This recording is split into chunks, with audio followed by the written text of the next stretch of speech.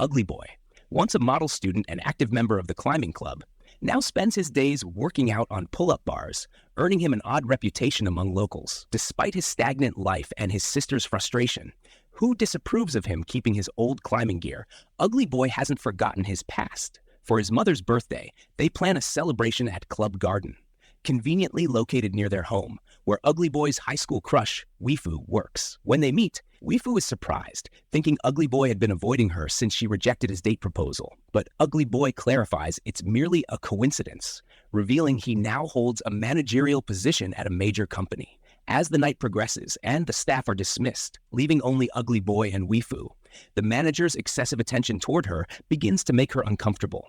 Weifu tactfully indicates that she isn't interested in further interaction, preferring to maintain a professional relationship. Meanwhile, outside, a car is improperly parked, and the driver accidentally breaks the key in the lock. As he exits the vehicle, he opens several valves, causing strange smoke to escape. The gas has an immediate effect on anyone caught in its cloud. Within minutes, the gas begins to spread, filling the street. The commotion soon reaches the place where Ugly Boy and his family are celebrating. Suddenly, a gas canister crashes into the wall, and the guests hastily leave the building, noticing a column of gas moving toward them. Weifu urges everyone to go back inside, but Ugly Boy searches for his sister, who's still in her car. As she tries to get out, she trips and inhales the gas. Ugly Boy rushes to her and brings her back inside, where her condition rapidly deteriorates. As they watch the city become engulfed in the fog, Ugly Boy's father doesn't fully grasp the seriousness of the situation and insists they leave. Suddenly, an emergency message from the government is broadcast,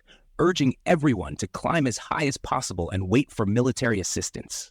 In a panic, they rush to the roof but find the doors locked, and the manager doesn't have the keys. Many head to the lower floors in search of them. On the news, it's reported that anyone entering the gas cloud must wear a gas mask, which is only effective for 15 minutes. All skin must also be covered to avoid exposure. The news adds that there are few helicopters available, so only those who can make themselves highly visible will be rescued. There's another problem. One of the managers took all the gas masks, but when he hears that people plan to search for the keys, he changes his behavior, returning some of the masks and deciding not to descend into the gas. But our poopy face guy realizes the door can only be opened from the outside, and the only way out is to break a window. He asks for a rope, ties it around his waist, takes a running start, and jumps to the opposite roof. Once there, he looks for a place to secure himself, but the rope runs out, forcing him to remove the safety harness and continue climbing on his own. At that moment, he recalls his school days when he had to overcome obstacles. With a burst of effort, he grabs a statue, though one of its tusks breaks off. He manages to hold on and climbs onto the roof, successfully opening the door and allowing everyone to reach the rooftop. A helicopter flies overhead, but the pilot doesn't notice them. They quickly come up with a plan. They turn on their flashlights and signal SOS. They wave their lights, creating bright signals. Meanwhile, the news reports that the incident was caused by a disgruntled former employee of a local laboratory seeking revenge for their dismissal. Despite their efforts, the helicopter still doesn't see them. They come up with another idea, shouting into a microphone while flashing the establishment's signs on and off to create a visual signal. Finally, the helicopter notices them, but a new problem arises. The helicopter can't take everyone due to weight restrictions. In the end, our boy decides to stay with Weifu to avoid overloading the helicopter. A new helicopter soon arrives, but for some unknown reason, the pilot decides not to pick them up. Desperate, this boy and Weifu begin developing a new plan. While gathering necessary items, Boy notices the gas starting to rise. They quickly put on gas masks, tape their bodies carefully, and run outside, navigating through the city. They reach another roof, but soon realize the gas has spread there too. Sensing the urgency, Boy uses the last filter, puts it on, and descends. Meanwhile, Weifu climbs to the top of the building to avoid the gas, and after a few moments, Boy follows her, overcoming fatigue and fear to hand her a new filter.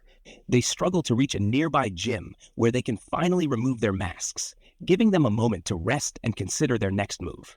Realizing they need to get to the neighboring roof, they come up with a plan. Throwing dumbbells to the opposite roof and gradually tightening a rope to create an improvised bridge.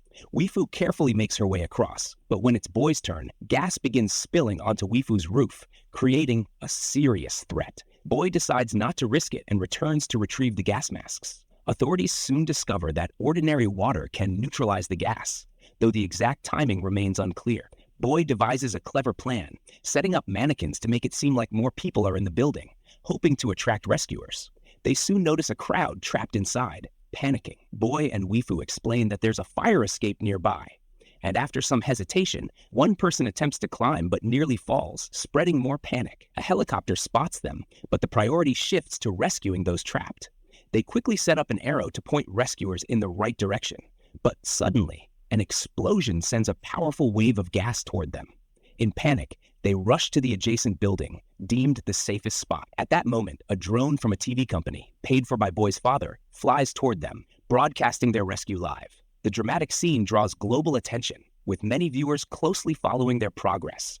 They manage to reach the building and climb up the vertical billboards to the top, but the next building is too far to jump to. The drone broadcasting their rescue suddenly goes offline, cutting the live feed. Seeking comfort, Boy and Weifu hug, but just as things seem dire, more drones appear, dispersing the gas and creating a safe space. Boy quickly comes up with a plan, and one drone carries a rope to the neighboring building. They carefully cross the tightrope, but midway, they stop as the rope begins to strain under their combined weight. Just when it seems hopeless, the rope starts to slip. They consider cutting the rope and dropping to the floor below, but the drone helping them breaks down. They begin to fall, captured in the broadcast's final frame. Despite this, the helicopter heads to their last known location, where rescuers notice a strange light on a crane, sparklers lit by Boy and Weifu to signal for help. Thanks to this, the rescuers manage to spot them and rush to their aid. In the camp, everyone celebrates the rescue. The manager, feeling relieved, approaches Weifu to show his concern, but instead of gratitude, she slaps him.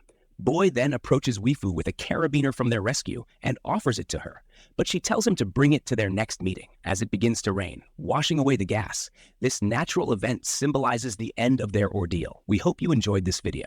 Write in the comments how you rate this film, and don't forget to subscribe to our channel. See you next time. Bye.